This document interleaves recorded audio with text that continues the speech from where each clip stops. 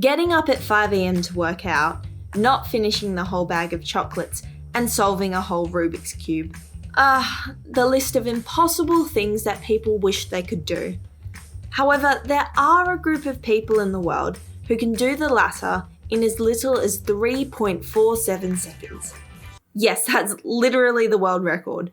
So how is it that most people can only ever dream of solving the cube in a matter of hours, while some people can do it in less time than the elevator ride in the Empire State Building?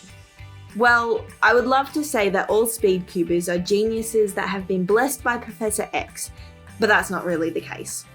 So what is it? Surprise! It's mathematics and algorithms. Yay! First thing we need to know is what a cube algorithm is. A cube algorithm is a specific set of moves that corresponds to a pattern on the cube. This means that if a Speedcuber gets a cube with a specific arrangement of colours, they can solve it incredibly fast because they already know the sequence of moves, or rather the cube algorithm, to solve it. Speedcubers spend countless hours learning different cube algorithms to be prepared for any scramble they are presented with. Whoa, but wait.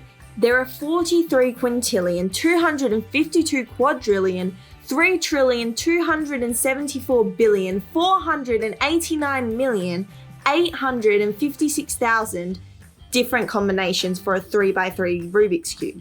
There is no way that they can remember a cube algorithm for every single one. And yes, you are correct, because that would be about as insane as a giant baby pulling a King Kong in New York tomorrow morning. But the thing is, they also don't have to. Let's break down the most famous Rubik's Cube solving method, CFOP, which stands for cross, first two layers, orientation, and permutation. Cube algorithms come in the last two steps, the hardest steps, which both focus on solving the final layer of the cube. The first step, however, is the cross. The cross involves making a cross on the bottom layer stretching 2 up each of the 4 sides of the cube. While this may seem daunting to begin with, only the basic fundamentals of cubing are needed to be able to achieve this.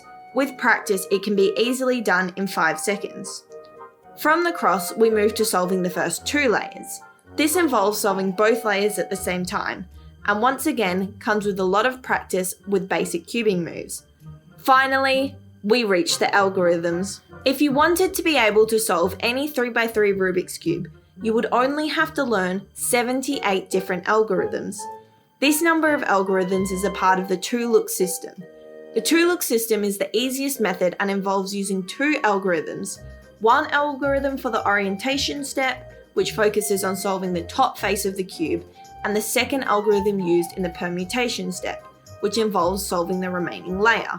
So those 78 different cube algorithms you have to learn are actually split into 57 orient last layer algorithms to solve the top, and 21 permute last layer algorithms to solve the remainder of the cube. But hey, maybe you've already mastered the 2-look system, and let's be honest, if you're wanting to get below 10 seconds, you can't be stopping to pick your second algorithm. This is where the 1-look system comes into play.